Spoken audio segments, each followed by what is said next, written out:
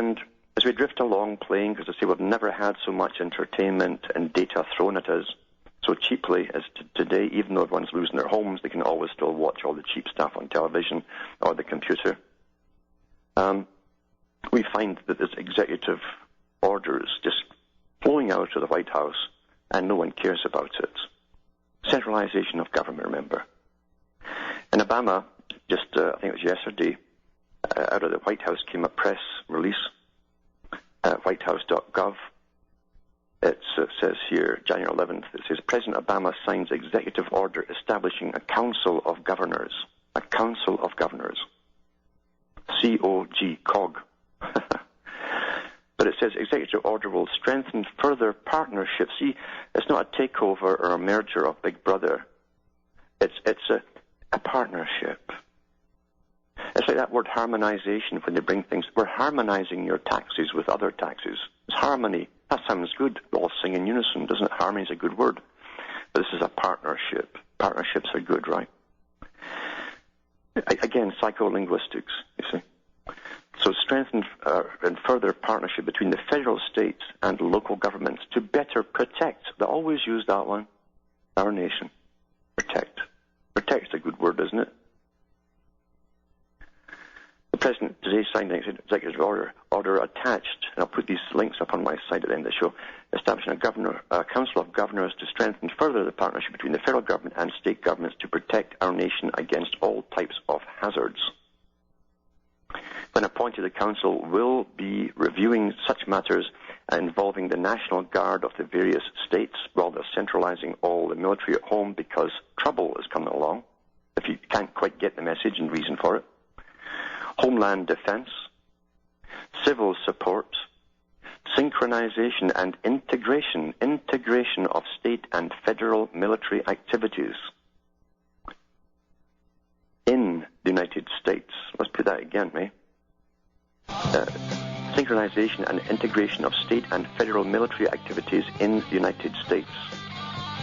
And I'll be back with more on this order after this break.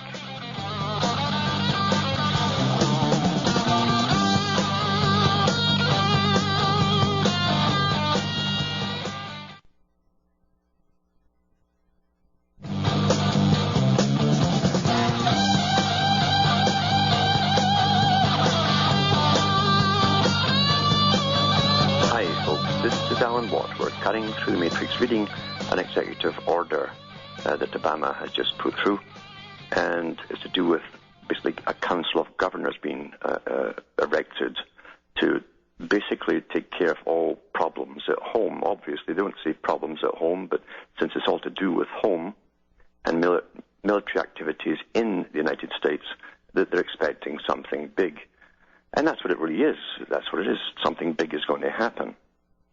It says federal members of the Council include the Secretary of Defense, the Secretary of Homeland Security, the Assistant to the President for Homeland Security and Counterterrorism, the Assistant to the President for Intergovernmental Affairs and Public Engagement, the Assistant Secretary of Defense for Homeland Defense and America's Security Affairs, the U.S. Northern Command Commander, the Commandant of the Coast Guard, and the Chief of the National Guard Bureau. The Secretary of Defense will designate an executive director for the Council. It's like the whole kit and caboodle is in there.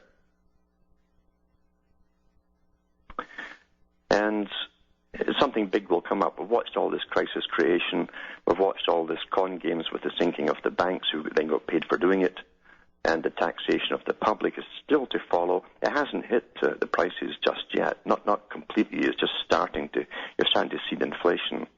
But big trouble is coming. Big trouble is coming. And it was planned that way a long time ago. Every scenario that could happen, even by accident, is practiced over and over in simulations years ago, over and over again.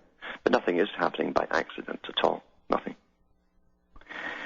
And when they went into Iraq, remember, I said at the time, apart from the farce of it all, they wanted an excuse to go in. They already had the military massed ready to go in before the 9/11 attack came on, long before it, before the Twin Towers even went down. They had planned to go into Iraq. And they were still really putting it under sanction at that time with flyovers and no flyovers and all that kind of stuff through the so-called UN and NATO forces. But then we had the big push to go in, and Bush said at the time openly that he believed that Saddam was supporting the guys, the terrorists, who took down the towers. Afterwards, he denied that when he was during the inquiry. Remember, he said, I never did say that at all. He said, I never ever said Saddam had anything to do with taking down the towers. But that's what politicians are paid for, you know. This article here is from the Mail Online, and it says, 12th of January 2010, invasion of Iraq had no legal basis, finds damning Dutch report into war. The Dutch government supported an invasion of Iraq that had no legal mandate. The country's inquiry into the war announced today. The scathing 551-page report said United Nations resolutions in the 1990s prior to the outbreak of war gave no authority to the United States and Britain to invade Iraq. And it said that the Netherlands gave political support to the war just so it could support its NATO allies and the US and Britain who led the invasion. Dutch ministers as politicians were further criticized in reports of the Davids Commission, which sat for 10 months for using intelligence from Britain and the US that showed Iraq had weapons of mass destruction rather than the more nuanced assessment of its own secret services, which knew, of course, they knew they had no weapons of mass destruction. And it heavily criticized the Dutch government for letting politics override law when it supported the 2003 US invasion of Iraq and ignoring intelligence that downplayed the threat of Saddam Hussein's weapons program. And when we jump from there to the next article, and it's from the Mail Online, it's about the same thing, only from Britain, right? Because the little inquiry is going on there too. And it says here, shameless, unrepentant, and still lying, Alistair Campbell stands by every word of 45-minute dodgy dossier that took us to war with Iraq, 12th of January 2010. Alistair Campbell, he was in charge of it all at the time, was accused last night of peddling a shameless litany of lies at the Iraq inquiry. In a provocative 6-hour display, the spin doctor denied doing anything to beef up the case for going to war. Actually, he told everybody beneath him to sex up the dossier. Sex it up, that was the words he used. And he dismissed the overwhelming evidence of government papers and his own diaries that he pressured spy chiefs to harden Tony Blair's dodgy dossier on Iraqi weapons. He put Sir John Scarlett, the former chairman of the Joint Intelligence Committee, in the dock over the dossier, saying he held the pen. Yet Mr. Campbell's own diary showed that he bombarded Sir John with at least 15 suggestions on how to improve the dossier, which led to assessments of Saddam's nuclear weapons program becoming more alarmist. In other words, it was outright lies, they knew. Yet he insisted yesterday not a single one of his team sought to question, override, rewrite, let alone the ghastly sex-up phrase, intelligence assessments in any way, at any time, on any level. The former number 10 communications chief then defied critics of the war by insisting he was very, very proud of his role as a good psychopath, you see, and made clear that Tony Blair will do the same, because he's a good psychopath too, when he testifies later this month. He added, I defend every single word of the dossier. I defend every single part of the process. It sounds like Nuremberg trial. That's what they all said there too, you know, some sort of stuff. That's what psychopaths do. You know, they'll lie to the bitter end to save their own ego.